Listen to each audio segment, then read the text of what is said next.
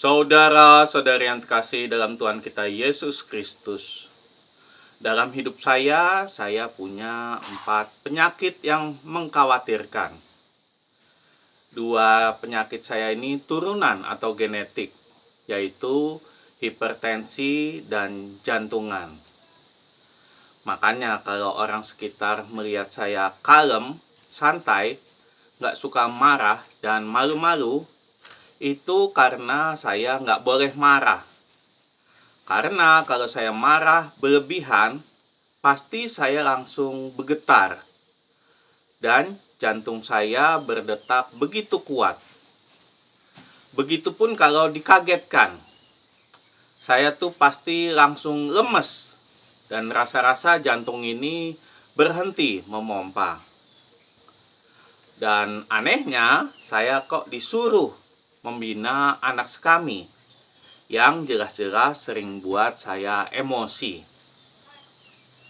Itu juga sebabnya saya jarang makan babi, daging merah, nggak mau minum arak, tuak, anggur, dan sebagainya.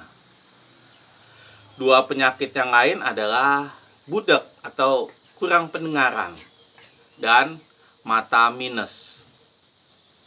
Rasa-rasa kayak capek aja pakai kacamata ini. Saya pakai kacamata ini pas mau masuk seminari ya, kira-kira umurnya 15 tahunan. Ceritanya saat saya SMP, mata saya sudah minus. Tapi saya takut minta periksa mata sama orang tua saya. Saat pelajaran di sekolah, saat saya disuruh menyalin catatan di papan tulis, biasanya saya duduk di paling depan. Atau enggak, pas nyatet saya pinjam catatan kawan saya untuk disalin di rumah. Dan makin lama penglihatan saya makin kabur. Baru saat saya lulus SMP, saat saya masuk seminari, ada syarat yang harus dipenuhi waktu itu, yaitu harus mengikuti tes kesehatan. Tes kesehatan mata dan tes kesehatan mulut atau gigi. Akhirnya saya ditemani bapak saya tes di rumah sakit. Dan diketahuilah mata saya minus. Dan sejak umur 15 tahun saya pakai kacamata. Dan sepertinya saya sudah mulai capek pakai kacamata ini. Pingin rasanya disembuhkan mata ini. Ini sejalan dengan bacaan Injil saat ini.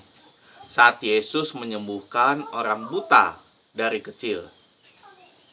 Walaupun saya nggak buta ya, tapi kalau ada Yesus sedang buka praktek untuk mengobati orang buta atau orang minus, saya pasti mau ikut mendaftar dan mengantri. Saudara-saudari yang terkasih, kalau diperhatikan ada 2 bagian menarik dari penyembuhan orang buta ini. Ada yang tahu? Yang pertama adalah cara penyembuhannya. Dan kedua adalah waktu penyembuhannya. Pertama, cara Yesus menyembuhkan orang. Yesus menyembuhkan orang buta dengan cara yang unik. Yesus mengambil tanah, lalu meludah, diaduk-aduk, dan diolesi ke mata orang buta itu. Lalu menyuruh orang buta itu ke kolam Siloam, yang artinya yang diutus. Sebuah cara yang unik ya, yang gak semua orang mau disembuhkan dengan cara unik seperti itu.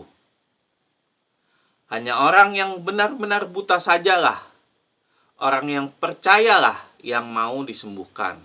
Saya aja kalau disembuhkan dengan cara seperti itu, pasti mikir jorok dan jijiknya sebelum mau disembuhkan. Jijik karena tanah campur ludah dioleskan di mata. Takut ada kuman, virus, dan sebagainya. Kedua, waktu penyembuhannya. Kita tahu Yesus menyembuhkan pada hari Sabat. Sedangkan hari Sabat bagi orang Yahudi adalah hari yang sangat dihormati. Dalam agama Yahudi, Sabat jatuh pada hari Sabtu. Tepatnya dimulai dari matahari terbenam pada hari Jumat hingga matahari terbenam di hari Sabtu. Kita tahu bahwa Yesus adalah orang Yahudi dan Yesus tahu segala macam hukum Taurat, termasuk harus menghormati hari Sabat. Dan Yesus pasti juga tahu hari Sabat bagi orang Yahudi adalah hari untuk beristirahat. Tetapi kenapa Yesus malah menyembuhkan orang buta di hari Sabat? Kenapa tidak menunggu besok saja untuk menyembuhkan? Toh sakit buta bukanlah sakit yang mengancam nyawa, yang harus segera disembuhkan. Kenapa Yesus tidak bersabar saja dan menunggu besok? Kenapa harus menyembuhkan sekarang? Sedangkan Yesus pasti tahu bahwa dia sedang diamati oleh orang-orang Farisi yang tidak suka padanya dan selalu mencari kesalahan-kesalahan yang ada padanya. Yesus melakukan itu semua semata-mata bukan karena ingin melawan hukum Tuhan, tapi karena ingin menggenapinya dan ingin menyempurnakan hukum itu dengan hukum cinta kasih. Jadi Yesus menyembuhkan dengan alasan kasih atau alasan kemanusiaan. Dan karena Yesus telah melihat iman pada orang buta itu.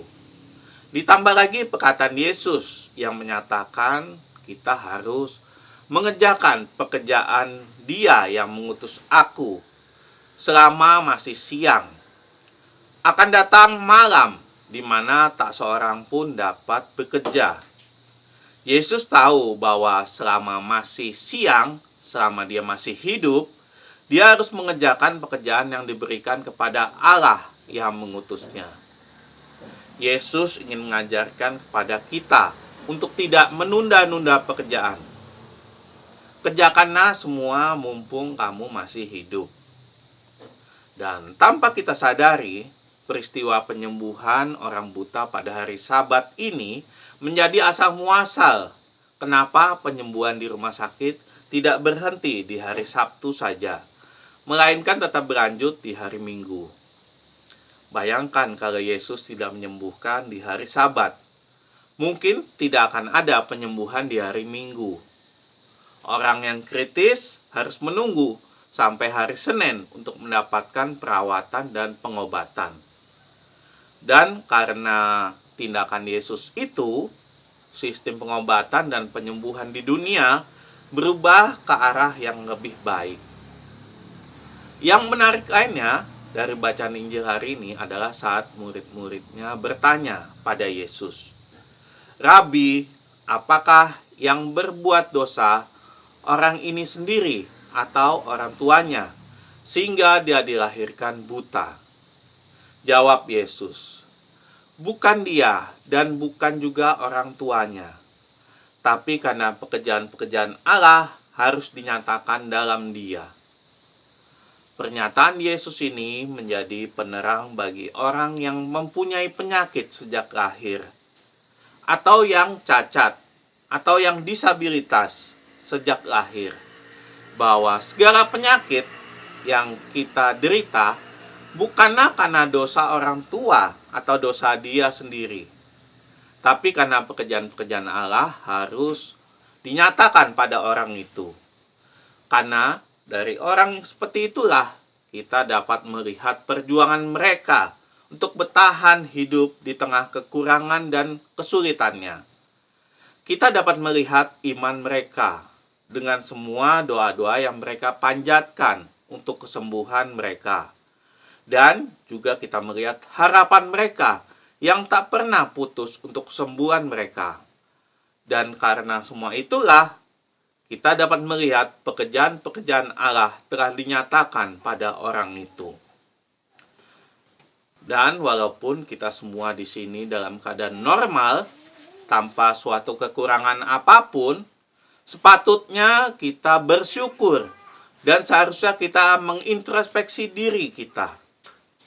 Karena walaupun kita tidak buta secara fisik, tapi kita kadang menjadi orang buta secara hati.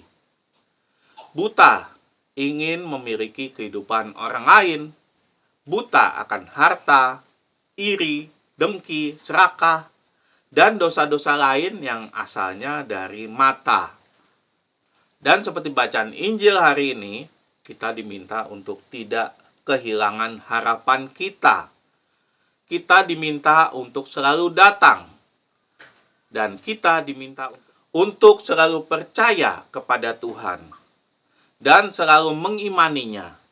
Agar kita yang buta hati kita, tertutup oleh dosa, kekurangan, dan kelemahan kita, dapat disembuhkan dan diberikan berkat oleh Allah. Saudara-saudari yang terkasih dalam Yesus Kristus, hari ini kita memasuki Minggu Prapaskah keempat. Minggu Prapaskah keempat juga dinamai Minggu Lautare atau Minggu Sukacita.